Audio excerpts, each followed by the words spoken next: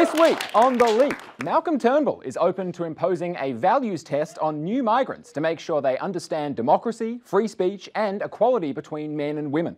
Because despite Turnbull describing Australia as the most successful multicultural nation in the world, we are also apparently a racially segregated Mad Max hellscape. In Egypt, a 2,000-year-old mysterious black sarcophagus has been opened, despite fears it might release an ancient curse. And those fears were sadly realised when, upon opening the sarcophagus, it turns out it's actually a music box that since ever then has been playing Chumbawamba's Tub Thumping. And over 2,000 scientists have publicly pledged never to create killer artificial intelligence. Instead, robots who've already been replacing humans working in supermarkets and banks will become killers the old-fashioned way, through a lifetime's drudgery of meaningless work. This is The Leak.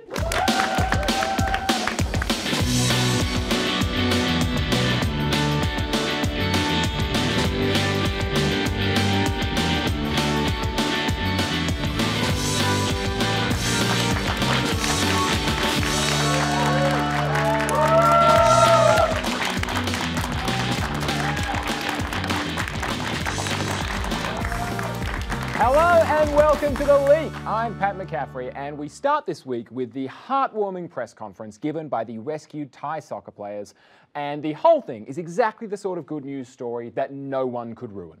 Tesla shares fell by as much as 4% Monday after Elon Musk called a British diver involved in the mission to save 12 Thai boys a, quote, pedo guy.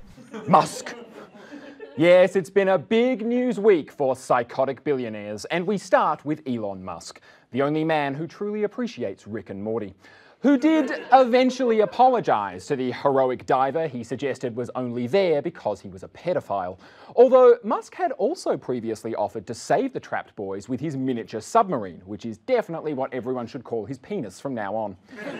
And despite authorities saying they didn't want his miniature submarine anywhere near the Thai boys, Elon still whipped it out because he just wanted to remind those Thai boys the offer was on the table. Although, once he finally accepted rejection, Musk did have his submarine returned to his base to help fight off Roger Moore. And in psychotic billionaires closer to home news now, Gina Reinhardt's company Hancock Prospecting, named of course after her openly racist and not exactly eugenics-averse father, Lang Hancock, has been revealed as a major donor to the right-wing think tank and Willy Wonka dream factory of climate denial, the Institute of Public Affairs, giving around $2.2 million in 2017 alone. By the way, it goes without saying that the Oompa Loompas in that factory are not permitted to unionise. But that donation means that if you were to try to connect the influence of donors on the IPA's research by setting up one of those evidence boards with the red string, like in True Detective, you could literally do it in a shoebox. And finally, psychotic millionaire Malcolm Turnbull has written to psychotic billionaire, the Pope, asking him to step in and sack Adelaide Archbishop Philip Wilson, who was recently convicted of concealing child sexual abuse. And if this letter works, watch out, because I can think of a few other Catholics Turnbull might want the Pope's help getting rid of.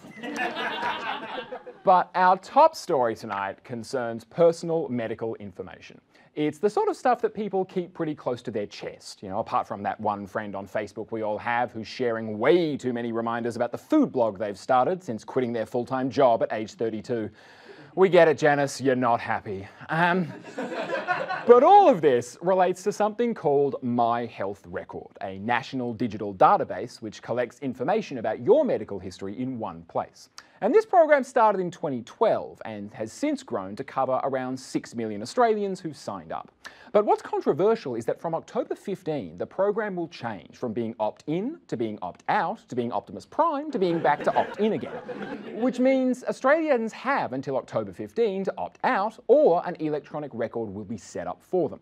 And the justification for the system is that an accessible electronic database could save lives, especially, say, for those patients with complex medical histories or if they live in the country.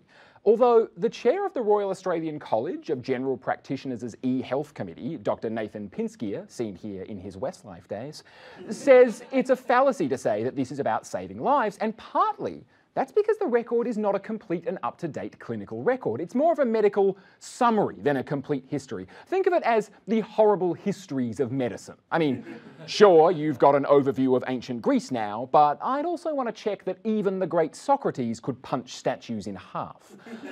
And sure, an electronic system also helps GPs by reducing their admin. And certainly when you hear about doctors still communicating medical records via fax, it does make you wonder how modern medicine actually is. But even if there are some benefits, there is a growing number of people urging Australians to opt out of the system on the basis of cybersecurity. Now, full disclosure, I am certainly no expert on cybersecurity because I don't understand the internet and all those memes and GIFs you children use to communicate. And yes, my password is also actually password. And saying that is hardly telling you something you wouldn't have just guessed already. But who is making this argument that we should all opt out? Well, one of the people saying that we should opt out is Paul Shetler. Well, who's he then? You know, some tinfoil hat wearing YouTuber who sits in his basement and films his daily video diary from the front line of the resistance that's here to warn us the plastic bag ban is just more evidence the government is in the deep pockets of big canvas, probably, yeah. Well, it says here that Paul Shetler is the man Malcolm Turnbull appointed head of the government's digital transformation agency, which was tasked with improving digital services like MyHealth Record. That is not good. When the guy who is in charge of the government's digital program says, "Oh, my health? Not for me, that one, not for me. You know you have a problem." That'd be like if you asked the Pope about the benefits of Catholicism and he said, "Look, I'm just the CEO, I don't use the product." So why is Shetler worried? Well, for starters, the idea that there's a database of practically everyone's personal information in the hands of a government whose idea of security is a filing cabinet is concerning.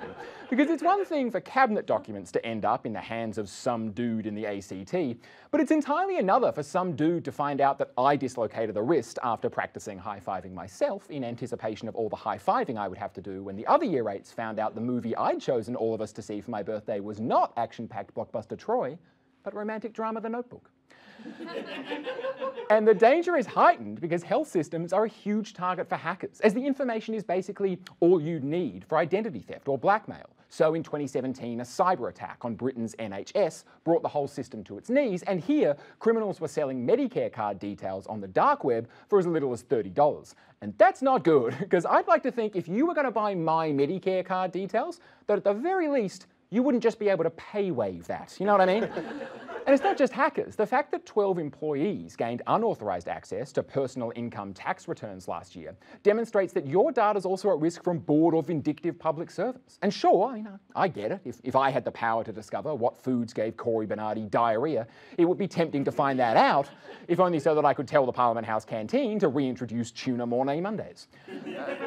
But that doesn't make this a good idea, and as well as that, the system lets external health apps access your records. And sure, they need your consent to do that, but they've already sorted out ways around that, as demonstrated by recent reports that one app was selling patient information to law firms, presumably because lawyers don't want you to be defined by the illness or injury you have.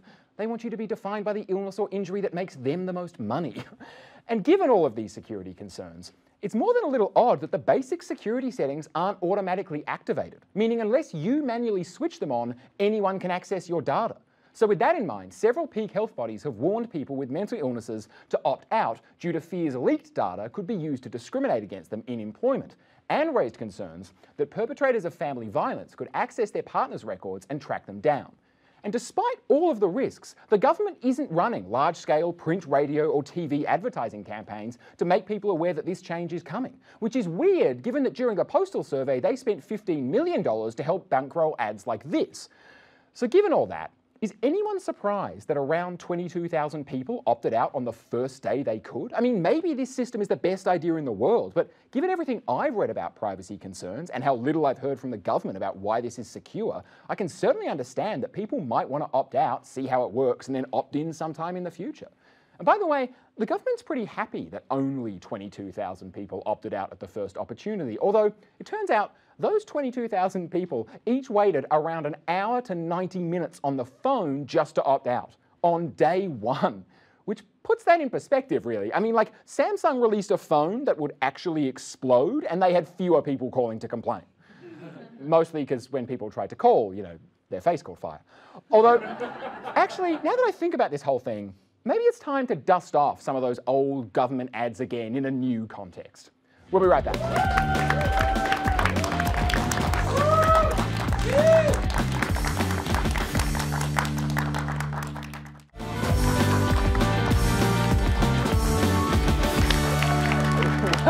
back to The Leak. Well, for a look at all things business and economics, we are joined tonight by our very own Leak economics correspondent. It's Matt Young. Hello, Pat. Hello. Pat, do you have a job? Yeah, sure. I thought so. Am I right in saying that you work at that job? Yeah, obviously. Do you get paid for that job? Yeah, Matt, where is this going? Pat, would you believe that there are people out there who work every single day of their life and barely get paid for it? Are you talking about work for the dole? Brilliant, isn't it? No, Matt, it's actually not. It's been roundly criticised for failing to improve employment rates and forcing disadvantaged people into busy work so that private companies and organisations can collect a massive government cheque just for organising that busy work. Yes, brilliant. And there are serious safety concerns, Matt. Like, some people have even died. Alive until proven guilty, Pat. It sounds like your problem is that you're labouring under the delusion that dole workers are human beings. Yeah, aren't you? No, Pat. Think of them as tools and you remove the obligation to decency. They're efficiency products, like a human Fitbit. What are you talking about? You don't respect a hammer, Pat. You don't buy a screwdriver a birthday present. You don't know how I live. All right, fair play. Fair play, Pat. But Work for the Dole is a great program. We take a community of disadvantaged people, we force them from their homes, then we make them do whatever work we find most appealing. That sounds familiar. We keep them pacified by assuring them that we're improving their lives. Hang on a minute here. So, why not take it all the way? Why not save dole money and just buy the people outright? Because that would be slavery, Matt. Like, there was a whole civil war about that. You're right, I love the Avengers. Well, I guess it's really lucky that I know someone with much better ideas for the dole than me. Work for the Dole has been running flawlessly for 20 years, but there is always room for improvement. So I met with Sonia, the government's Innovation Development and Development Innovation Developer, who is personally supervising new Work for the Dole developments, innovatively. Now, Work for the Dole obviously is a phenomenal program. It benefits private companies, it benefits the government. So, what are these dole bludgers whinging about? It's completely unwarranted. We're actually constantly innovating the program. In fact, we've added 3 new programs just this week. 3 programs? That's amazing. Our first new program is called Coal for the Dole. Coal mining, nice. Backbreaking labour, minimal pay. I love how your mind works. No, that's an easy mistake to make. What we do is we place these people in everyday environments where they can casually talk about how great coal is. Bloody oath, I just love coal. Extracting coal makes me feel safe because it makes the economy go really great. I love Australia and I love coal.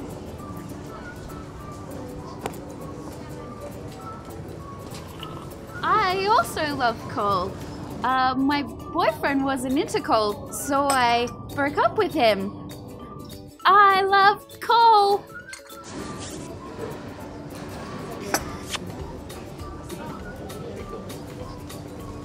Very good. I especially like the part where they love coal. Yes, that's my favourite bit too.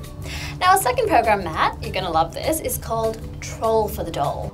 Troll for the Dole. There's a vast number of unemployed performers who've got nothing to do, so we wanted to create a program that synergised with their skills. These expressive sorts, you know. Expressive sorts, I get you. Artists. Exactly. See, what we do is allow them to, activate public space and culture by pretending to be trolls near bridges or bridge-adjacent structures. You shall not pass until you answer my riddles 3. I just spent my last paycheck on these scallops, man. I need to get to the fridge. Riddle the first. I'm gonna go, sorry. You shall not pass. You shall have my riddles. You out my riddles. You shall not. Well, I can safely say that sounds much better than White Knight. Yes, Matt, I don't get art either. We've had coal for the dole, we've had troll for the dole. What's next? Sell your soul for the dole?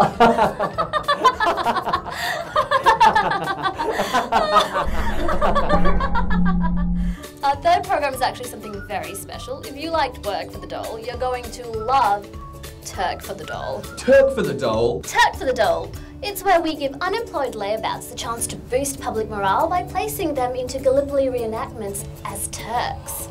You know, even though this only pays about half of minimum wage, it's nice to play a role less demonised than the unemployed. Oh, you said it, mate. These are the skills everyone needs in the 21st century job market.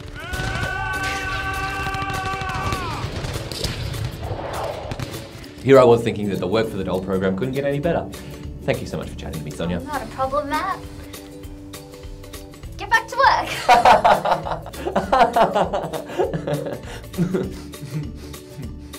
I'm not kidding.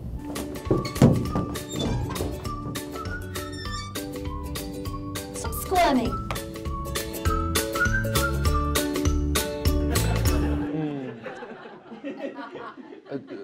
Thank you for that insight, I suppose, Matt?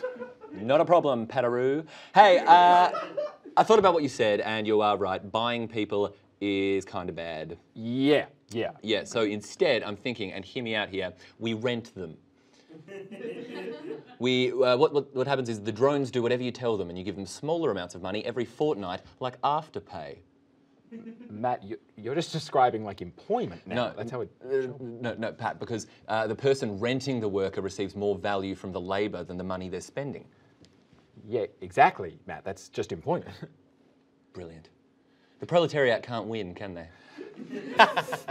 Do you even know economics correspondent? Apparently, Matt Young. We'll be right back. Do you even know anything about economics?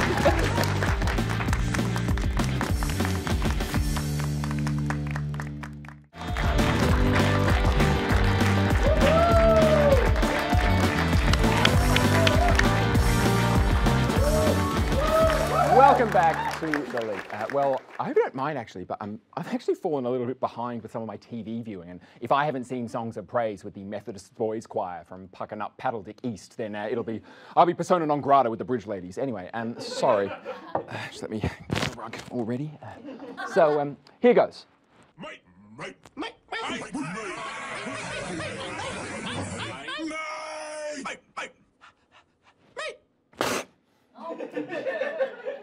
This isn't Songs of Praise. It's not even Call the Midwife. Oh, I must have hit the wrong channel or something. All right, then what's on this 7 mate anyway?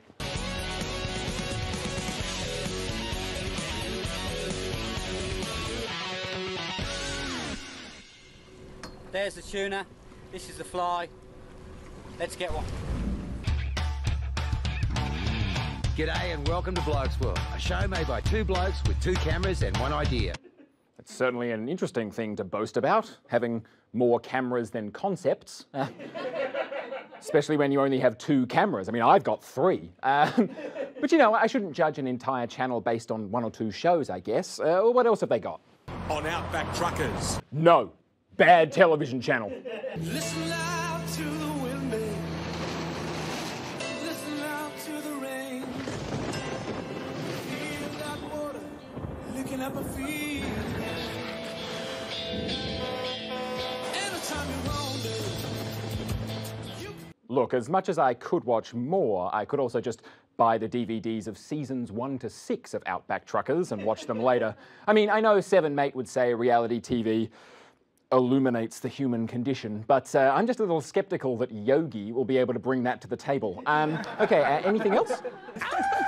It's taken almost 30 years. I think we finally met the Volkswagen King. Mike and Frank were lucky to find me today. There's a whole lot of mouse here for $250. On this episode of Cajun Pawn Stars, Jimmy tries to make a buck on a mechanical bull. And shop regular Joker tries to avoid getting soaked on a deal. An original Cajun hot tub. Aye. Okay, Jesus, 7 Mate, what is going on? And what about something a little educational?